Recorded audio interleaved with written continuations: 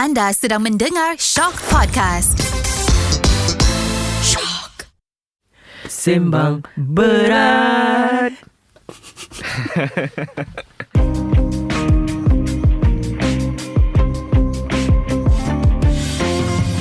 Hey guys, welcome back. Anda sedang mendengar another episode of Sembang Ber-ART bersama saya Alif. Dan saya Zul. Before kita introduce guest kan, I nak cakap I'm so excited that kita Fadil dapat buat music punya episode. Somehow kita rasa macam ada a bit pressure sikit, tapi kita exciting lah. Before we introduce this guest, like I nak share story lah. The first time I dengar this band, my knowledge of local bands in general, I macam tak tahu sangat. Because I know Hujan, Bittersweet, OAG, One Buckshot, yang tu semua I tahu lah. So when I got into the scene back in 2017, I tak kenal ramai sangat tau. And then I came across Golden Mammoth lah. And then I dengar lagu dia yang apa, Malicious Judicious, right? And then the moment the song starts dengan bassline tu, bro, Fell in love. love at first bassline, bro. Sumpah. Okay, because kita dah dengar Hujan, kita dah dengar band-band yang macam gitu tau. And then bila I came across Golden Mammoth, I macam, what is this? Like apa benda ni tu, you know? And I'm so happy like to have our guests to join. So we have Syabil from Golden Mammoth. Hi Syabil. Thank you for having me though, korang. No problem. Yeah, so Kind words. no, serious, Sangat sweet. Syabil, serious tu. Like cerita dia time tu lah, like macam dia ada local bands tau. Macam I don't really go on Spotify yang macam, oh okay, ni band Malaysia, ni band Malaysia. Tak, ni it's more of macam, oh I saw an Instagram post of this band, lepas tu on the same show macam band-band lain juga. So that's when macam, oh okay, ada Golden Mammoth, ada ni, ada tu, ada ni, ada tu kan. And then bila dengan Malicious tu lah, I macam ni something else. Maybe because I a bit biased lah, sebab macam like I lagi suka macam English songs. So benda tu jadi lagi macam, wait, ni best doh, ni barang baik macam tu lah. So that song, if I were to have a song, I nak macam bassline dia macam like as nakal as this oh. But yeah, hi Syabil, welcome to the show. Aku cerita apa? Yalah, you like that bassline You suka aduh, sumpah best gila. But yeah, introduce yourself before we talk more. I am Syabil from the band Golden Mammoth. I lead the band, frontman, and buat semua benda juga. Kadang-kadang recording, we would occasionally ada members lain yang main instruments. Been in the industry for 6-7 years. Actually I started making music dari bilik, macam this like SoundCloud rappers lah. Yeah. So buat lagu, ada small audio interface, small setup je. So that was about 2015 kot when I started doing that kan, buat experimenting. That time I just released it just for fun. Dah ada 4 lagu, so macam why not keluarkan je jadi EP. So release, terus brainstorm, terus nak buat nama sendiri. So when you release it, tak ada nama ke? Ada lah. Ada. So Golden Mammoth has always been. Yeah, but the songs came first and the band name came later. And then I submitted one song dekat The Weeknd punya competition ni. And then kita orang dapat shortlisted. Lepas tu macam diorang suruh main live. So time tu I didn't want to play as a single solo artist. So I gathered some high school friends, ajak diorang main band sekali. And then they came in lah as sessionists, and then we entered the competition. So that journey just kept on going lah. Tapi members tu semua dah tukar-tukar lah. Faham? Yeah. Rotate. Tapi time tu siapa lagi perform? Time tu one of the contestants, Kiok is yang, kalau korang tahu Awang Semro. Tahu. Yeah. That's his old project band dengan Kimal from Magas Satwa. No way. Yeah. So that's why they started juga. Lepas tu the winner for that night was Orang Malaya. He's a rapper kan? Rappers kan? Dia rapper. Dia started rapper, then dia hantar song pun, I think it was a rap song, tapi masa dia perform tu dia bawa band, and the band was Jack Fuzz Beats, Omar dengan Azrul. Come on lah. So kita dah jumpa macam, okay, terus jadi member lah, you know. I got third place but I didn't care. I had so much fun jumpa these people. So itulah journey tu bermula. And then eventually I jumpa current band members that we're kind of macam solid sekarang. Found Q dari Ramayan, and then OJ dari Sedikit Jongkong Emas, and then Hadif from Plant dulu. Yeah, now dia dah rockstar pula. No good dah ambil dia main bass. Serius lah? Yeah. Hadif, you jangan tamak boleh? You tahu tak? The last time I met Hadif was because we played at the same show tau. Dah lama gila. So I met him there lah, and then after that I tak jumpa dia dah. Tahu tu dia dah join. Dia aktif lah. Dia very aktif. No good cari bassist for them. Diorang ambil Hadif lah. Come Power lah ni. Power lah. Yang bassline yang kita cakap tadi tu, is it play by Hadif? Live dia main lah, but album writing sometimes I play. Kalau dia ada idea, dia bagi idea dan dia main lah. Tapi bila I dengar, dia macam kita boleh notice like, this sound macam pernah dengar dekat this band punya kuat macam tu. I see. Dia macam familiarity tu kan. Betul. Tu lah. I guess sebab I pun banyak refer band lama juga.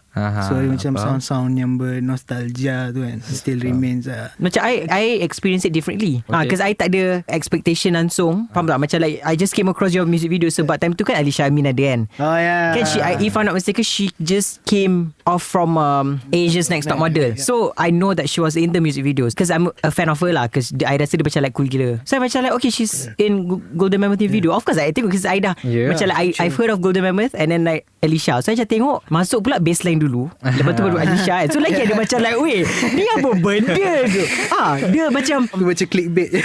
dia macam clickbait tu lah. Dia macam dia guna muka Alisha tapi dia start dengan bassline tu. Bagus lah, dua-dua nakal. Faham tak benda situ tau. So that's when I terus macam share that song to my band. I cakap, weh guys, korang kena check this out because it's something different and like something new and benda tu macam fresh sangat. I wish that there's more of the local bands yang ada bunyi-bunyi nakal macam tu tau. Macam like it's not that I tak appreciate mellow slow songs. No, when I listen to it, dia bagi macam that adrenaline rush. Faham? Yang macam weh ni jangan ni go on macam tu tau. You know, so I like it. So speaking of your albums then, okay, so you started 2015 and then you mentioned that before you think of Golden Mammoth punya nama tu for the band, you have the 4 songs, right? So you made it from your bedroom when you were in your room tu kan. Ada tak that one moment you terus macam like, this is it, like I nak buat band, I nak go further? What is that one moment? That was when I was listening to the whole EP lah. Sebab I'm a fan of listening to macam albums tau. Dia macam ada flow, dia ada storytelling dari first song to last song. So bila you dah ada your own set of songs and then you dengar together semua, dia macam wow, so inspiring. Macam what you put out is there, it's in place tau.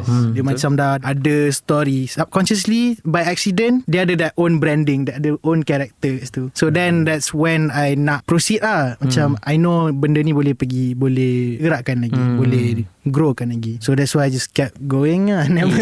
Bagus. I mean that's good lah. Sebab watching you perform live and even recordings on the albums pun, passion tu boleh nampak lah, boleh feel. You tak ikut the trend, you're going against the current. Like I akan make sure I dapat the sound that I want. Tak kisahlah apa orang cakap pun, cause the latest album tu Skyscraper tu wih, you tahu lah, I sanggup pergi Tala beli CD tu dah. I suruh my friend teman I macam, jom teman pergi Tala je, I nak beli CD Golden Mammoth dah keluar dah. So beli lah. If I'm not mistaken, orang cakap the quality is different kan, if you dengan CD and also Spotify, right? So I heard dekat Spotify sedap. So I macam like, I nak beli lah CD, I nak dengar. Betul, nak dengar and also nak pegang the physical kan. Ui, dalam artwork tu cantik weh. Tu siapa lah? Tu designer tu dari Indonesia, nama dia Gung Budi. Dia pernah design untuk kelompok penerbang roket kat sana. Wow, seriously. Shout out to Gung Budi. Tapi nak cakap I tak ikut trend, going against the current, tak gak. Because I try to position juga when bila buat lagu, bukan jadi relevant lah, but somehow if nak buat jadi career, you still have to ada spike some turunkan sikit. Sebab apa orang kata flavor psychedelic tu tak familiar 5-6 tahun lepas dekat Malaysia. Yalah, secara general lah. Maybe orang yang betul-betul like into music, diorang rasa macam okay, psychedelic ni dah lama ada kan. So maybe orang rasa that it's nice to have that in Malaysia kan. The reason why I cakap you guys go against the current is because in the context of local bands, I can't pinpoint Golden Mammoth dengan another local band. I tak boleh nak macam like dia punya lagu ni macam ni tak boleh. So that's what I like about not just your band but like the other bands yang macam believe in what they do and then put 100% to it. Diorang tak kisah apa orang cakap. Tapi macam like okay, I akan buat lagu yang I rasa macam like akan work and like fans akan suka apa semua, and then you can see it because ada je local bands yang macam you take inspiration from Boy Pablo lah, for example. You buat lagu yang dia buat tu sebiji macam Boy Pablo. So dia from there tu dah jadi macam obvious. It's way too obvious yang macam tak ada character tu. I don't see myself different sangat pun. Sebab kita semua sama je. Kita refer bands yang dah pernah buat and kita also refer bands westerners. Tapi apa yang boleh kita try like explore lagi is different ranges of music Macam for me, I suka dengar macam Brazilian punya music and like cultured like Arabic punya music. Nice. So when you listen to all these things, you get more familiar with different sounds kan. You can tarik lah influences dari situ, try to dengar and vibe to it, I tak kisah, I can listen to pop. In fact, one of my favourite artists is like Billie Eilish and Beyonce. Siapa je tak tahu. And tu lah, like all of them, you just gotta macam somehow cannot be biased and particular sangat dengan apa you dengar, I guess, if you want to really find character. Sebab kalau base it off macam bands, contoh you play pop punk and you listen to pop punk all the way, there's not much growth you can do unless you really macam pelik dalam otak kan, otak MSC ke apa, boleh eksperimen. Faham. Nasi pop punk. Tapi jangan Sembilan padi kan. Ui, pop punk pula. Janganlah.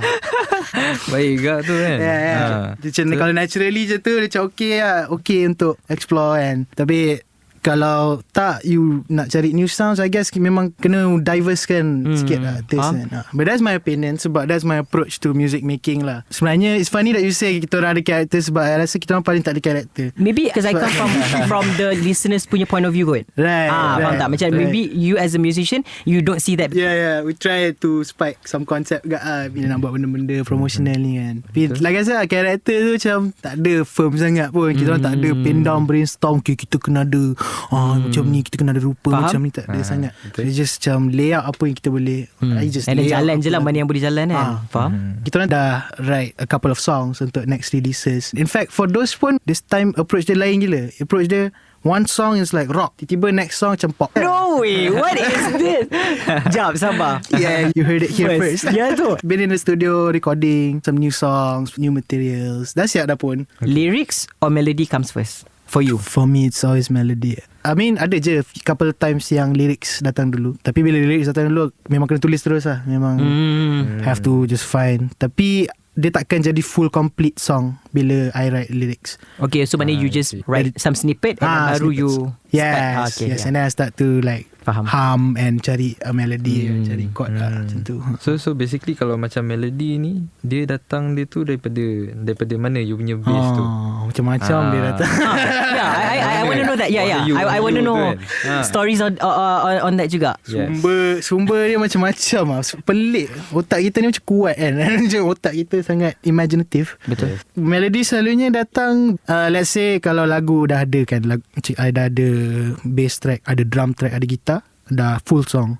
So now tinggal melody. Sometimes I boleh just like sit down and dengar lagu tu and then try hum. Try then hum lah, nyanyi kan. But sometimes I won't get that in the first try. I won't get the perfect melody first attempt. Memang usually dia takkan work macam tu lah. Dia akan work macam now. Bila dah practice, dah macam nyanyi, dah hum, merepek apa semua depan komputer tu, depan gitar, ni masuk toilet ke kan, buang air besar kan. It's that moment yang dia datang tau. Dia macam lock, datang melody, terus keluar record lah. Record demo terus. So it's usually like that tau. Or like keluar jap, pergi get some fresh air, nafas kan, jalan kaki apa. Dia memang selalu, dia takkan boleh coordinate sangat for me. Creative people memang macam tu. Dia punya jalan dia lebih organik. Dia tak boleh structure sangat. Nanti dia akan lebih macam macam terlalu keras. Dia tak berapa. Dia macam robotik sangat. Yes. Macam tu kan kalau coordinate. Yeah. I mean boleh je. Some people boleh. can work like that. I mean up to you lah. Yes, some people can write vocal melodies.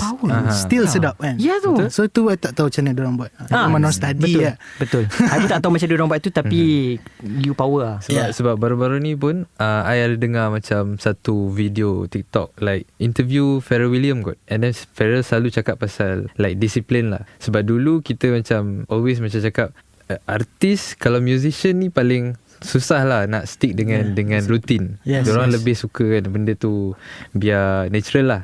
Tapi macam bagi dia, kalau kita dah jadikan benda tu kerja, it's like datang je studio, just work on your material ke apa, tapi yang inspiration is different punya story lah. It's like macam kita prepare diri kita untuk bila datangnya inspiration tu, then we have all set up, kita boleh terus rakam. Faham? Betul. Macam tu lah. So betul. Macam, dia susah nak structure sikit. Yes. Tapi interesting topic ke speaking of structure.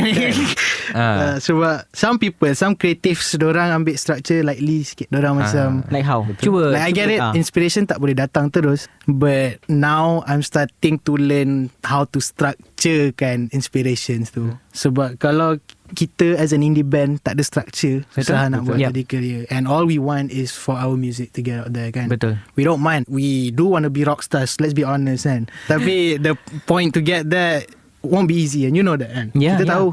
So structure tu is something we try to implement, macam practice juga. So macam lately I suka dabble into K-pop punya music industry because of their work ethics, because orang punya semangat tu, and they do it for profession. Betul. They really do it. Diorang go like 200%. Yes, they go 200%. They go hard. They go hard. They go really hard. Like they have this talent school yang cerita Blackpink punya documentary. They have this like talent school, and like they handpick. Yes. So weh, asrama and so structured. Ni kalau I masuk pun tak lepas. Tak lepas sih. First 2 rounds dah kena keluar. Tak payah first round tu dah macam like kita pun dah macam weh ni macam too much je. Tak tahu lah, diorang go all out. They go all out. And what they get after that is orang pay respect to industri seni. Yes. Exactly. That's it. Okay, so kita dah cerita pasal melodi. Maybe kita boleh cerita sikit pasal lirik. Oh, boleh. Kita tak sembang pasal lirik tadi kan. Adakah korang into literature ke, into poem ke, ataupun korang selalu dengar, korang punya diskografi tu dah selalu dengar radio reference ataupun daripada lagu-lagu sikit psychedelic kan, and then korang just absorb benda tu. So korang bila writing, korang natural. So macam mana korang punya approach? Macam my approach to writing agak pelik sikit lah. Sebab I suka tulis, I suka menulis, tapi bukan poem or puisi ke apa. Dia more like Whatever that is in your head. Whatever is in my head. So writing semua is better bila I try in English, sebab macam dia senang sikit nak guna choice of words tu lah. Usually writing ni dia susah sebab I don't want to come off as boasting. Tapi dia kena banyak baca lah. Dia kena widen vocabulary kan. So itu something yang we try a lot. Sebab kita orang sebagai psychedelic song punya writers, kita kena konon tunjuk lah macam philosophical sikit, a bit more vocabulary daripada just simple words out. And then my main influence is always pasal philosophical, pemikiran, pasal wandering off, pasal zoning out, semua benda tu, and growing up, everything that revolves around life. So benda-benda tu is really just the small things yang revolve dalam hidupan. I try to like bungakan dia. Hiaskan. Betul-betul. Memang obvious lah. Nampak psychedelic tu memang shape Syabil sekarang kan. Macam mana cara dia berfikir. Like macam mana he writes. Yes. I can tell you, I tak boleh nak tulis macam tu. Maybe because I don't read that much lah. I baca Skyscraper punya album punya lyrics tu kan. I tengok ayat-ayat tu, I know for a fact that I tak boleh. I cannot. Ni I tak boleh. I cannot write something like this. Like I tak boleh nak take references from different places. Dia punya bunga tu dekat lyrics tu, to me nak boleh nampak. And I appreciate that lah. Macam like, because I can see the effort. Faham tak? Macam it takes time for you to even come up with like, let's say a verse or maybe even the chorus kan, to have that. You can just simply macam like sit down macam like okay, tulis and then cantik terus. I mean ada lah orang yang power macam gitu kan. You know. But like Skyscraper punya lyrics lah, macam I tengok tu, I baca macam I belum reach that level of love writing lah. Serious. I mean different people different approach. Ada orang yang tulis awal-awal dah siap tulis, tiba dia boleh hum terus. I don't know how their brain works kalau macam tu. Singer-songwriter semua mostly macam tu. Boleh just tulis, tiba ambil gitar terus nyanyi. Macam I particular lah, like I said, pasal melody pun particular juga. Macam mana nak dia sound tu. And to get there pula, dia banyak that comes into it lah kan. Nak letak macam word tu kena pandai-pandai pilih kan. Tu susah nak letak dalam a verse even like some of his lines, bila you sing it and some of the melody tu pun, the way you sang it tu, the first thing bila I dengar tu macam mana dia ni boleh fikir melody macam ni. Like macam ni you boleh terfikir untuk nyanyi this line macam ni. And then aku macam dengar banyak kali dengar balik macam weh, melody ni kena tu. Macam mana you boleh nyanyi this line with this type of alunan. Because I'm a singer kan. So I macam wonder lah macam mana diorang buat benda-benda macam ni tau. Speaking about the latest album, maybe you boleh walk us through apa inspiration dia ke, apa stories dia. Skyscraper punya album is it? Yes. Right. Betul. Skyscraper datang dari bedroom experiment juga. Dia start sebab I wanted to go deeper, nak cari more psychedelic sounds. So in result dia jadi experimental lah sebenarnya. Dia jadi sangat eksperimen. Tapi I time tu tengah cari lagi sound. Honestly, kita akan sentiasa still cari sound. Yeah. Kita akan sentiasa cari. And it's good that we're still finding, you know. So musically, composition semua agak effort lah yang kita orang letak. Kita orang try jamming dulu before record. Usually kita orang tak try jamming, usually kita orang terus record je kan. Tapi ni kita orang try dulu, masuk tak timing macam tu. Musically dia datang macam tu, and I nak dia storyline, I nak bagi dia sambung-sambung. In return dia jadi macam one whole chunk of music yang sambung-sambung, yang flow je. Tu musically lah. Tapi lyrically dia revolve around satu persona. Initially I nak build this persona to just go through benda-benda kemanusiaan tau. Tapi in my mind I nak portray this guy, dia tak familiar dengan kerisauan atau sorry kalau deep sikit. Sila boleh Syabil. So, cerita je tu. Dia dah masuk phase 2 lah ni. Dia dah masuk yang deeper ni. So dia macam Mamat ni dia tak sure nak react macam mana dengan kerisauan ni. So dia go through anxiety and dia just questioning. Basically album tu banyak pasal questioning. Faham. And that's how I always write my songs lah. Personally dia revolve around my life juga. Sebab time tu I was turning into adulthood sikit.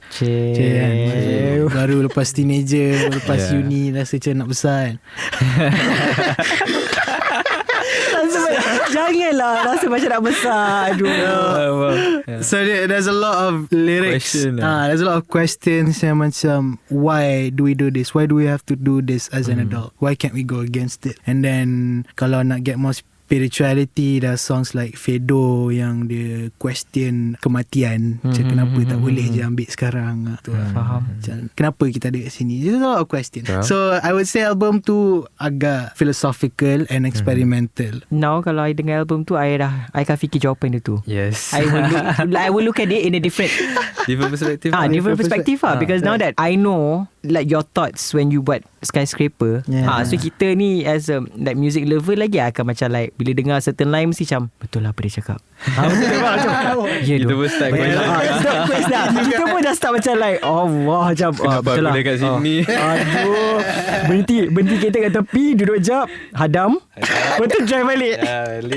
Okay, when you perform live, I pernah tengok dia live like on stage and then like on recorded punya live, memang energy tu ada lah. Memang it's obvious yang okay, brother ni memang tak main like time benda tu action je, terus macam tak kisah recorded ke on stage ke, give it to you kind of thing. Faham tak? Attitude yang macam like I'm gonna give it to you lah. So I remembered I watched Golden Mammoth dekat The Bee. Semua macam enjoy. Lepas tu dengan your guitar solo siapa pun semua. So kita yang tengok ni pun macam like weh, macam face melting macam gitu tau.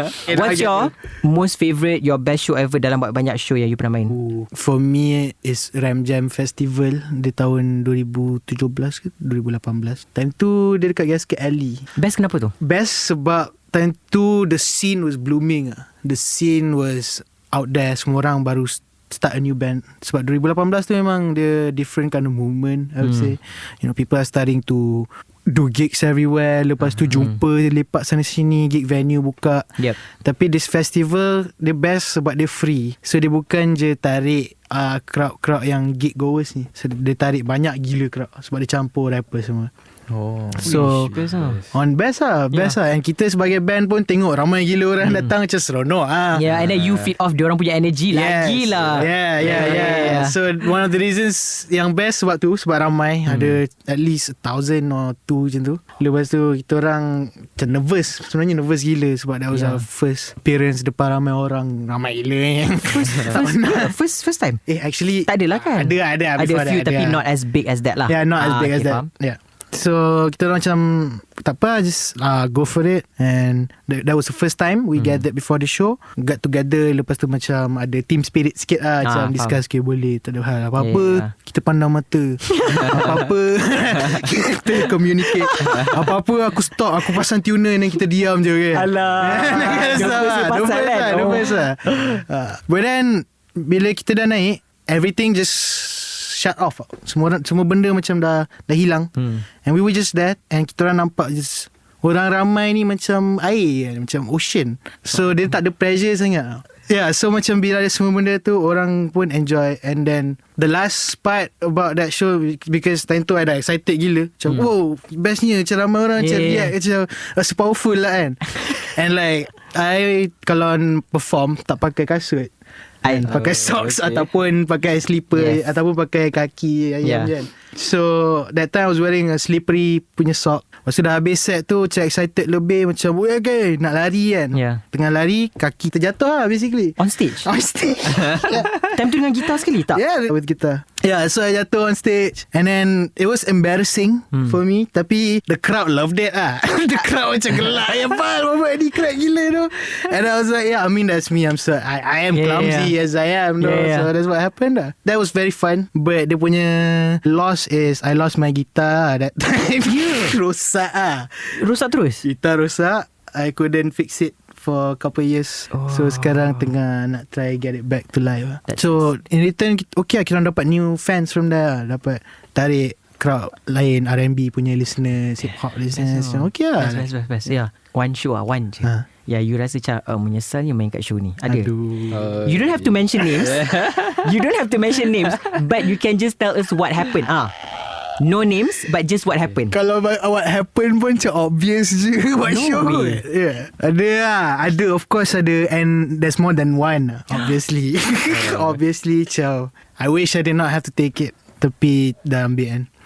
But what happened was, sebab show tu show besar, show tu macam it's a great opportunity for us to venture out. Betul. And dia bukan kat Malaysia. So kita orang pergi dengan macam zero expectations, excited gila, macam bestnya nak main dekat ni kan.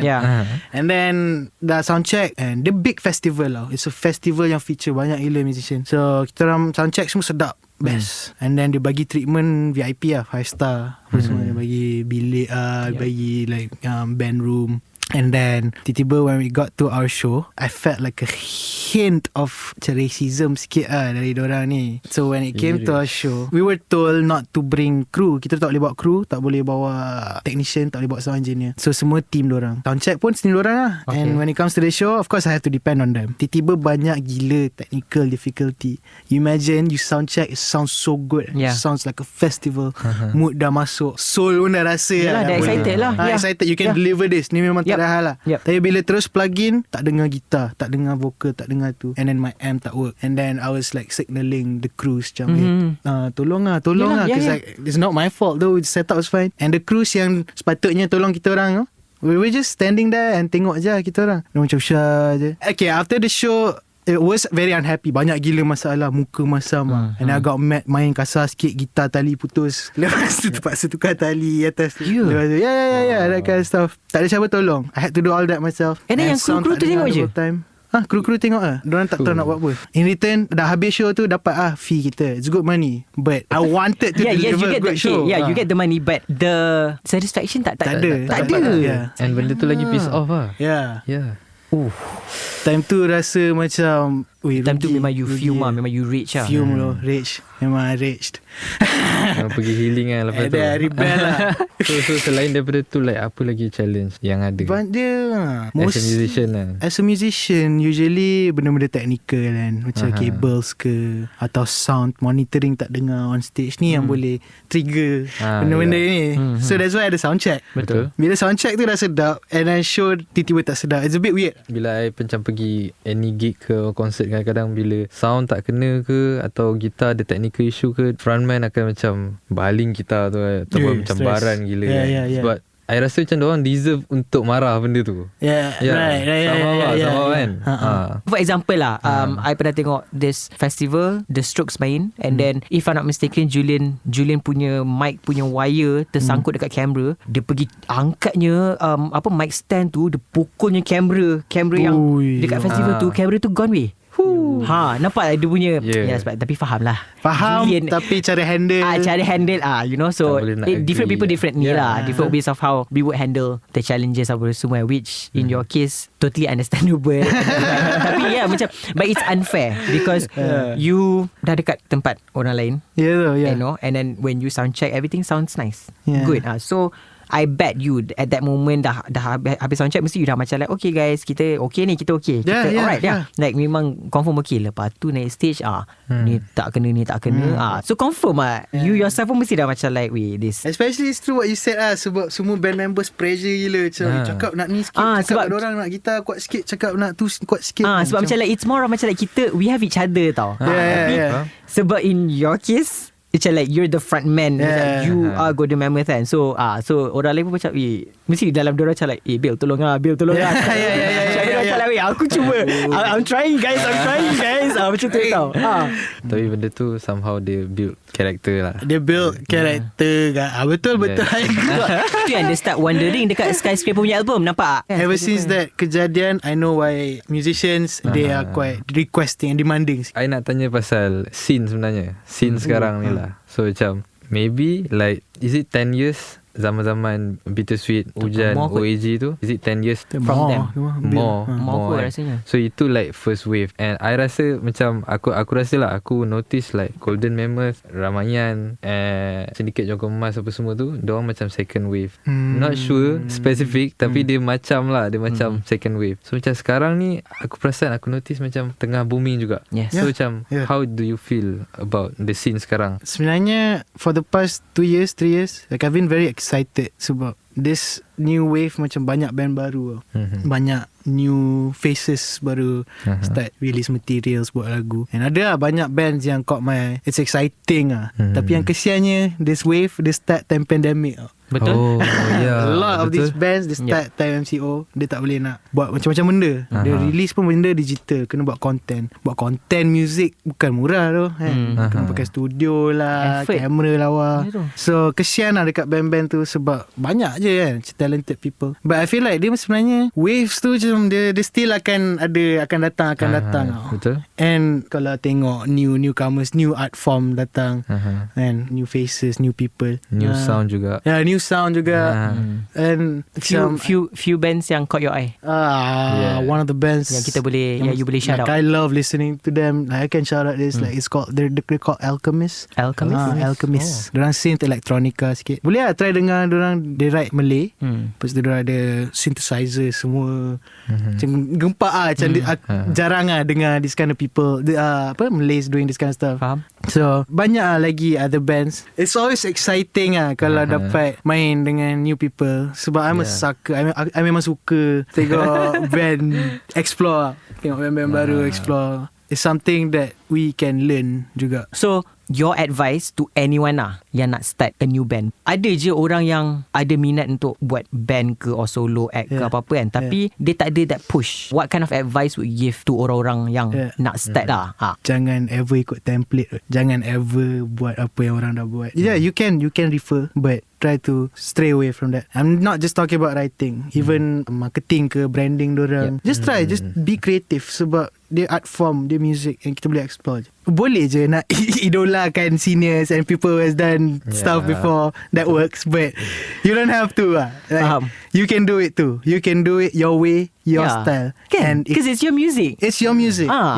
So at the end of the day, kalau you send your stuff to like organisers ke booking agents ke kan, you send your stuff, the way you word out your band, the way you position kan, why would dorang pilih kau kan? Sebab banyak je band macam you. A lot of other bands dah ada macam you. And I'm not saying I'm different jugalah. I still ikut template. But like if you ikut bulat-bulat macam, why would they go for you? Sebab diorang dah ada band lain dah. Diorang dah ada sama dah kat sini. So untuk kita wrap benda ni, just bagi tahu short macam mana kita nak find out Golden Mammoth. Boleh Instagram ke apa semua. Okay, so silakan. So korang boleh look us up on Instagram. Ada Golden Mammoth Band.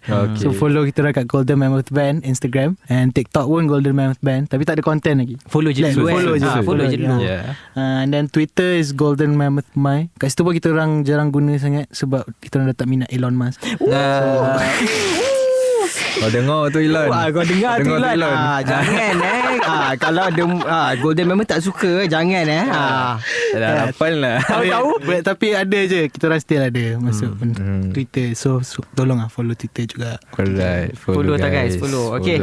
Thank you so much Syabil for being here. It was so fun talking to you. Like faham macam sebab I a fan kan. So macam best tu. Dengan cerita-cerita because I really like listening to other musicians punya thought process, punya dorang punya storyline apa semua kan. Thank you guys for listening to this episode of Sembang Ber-ART. Nama saya Alif. Dan saya Zul. Dan kita jumpa di episod yang akan datang. Bye. Bye.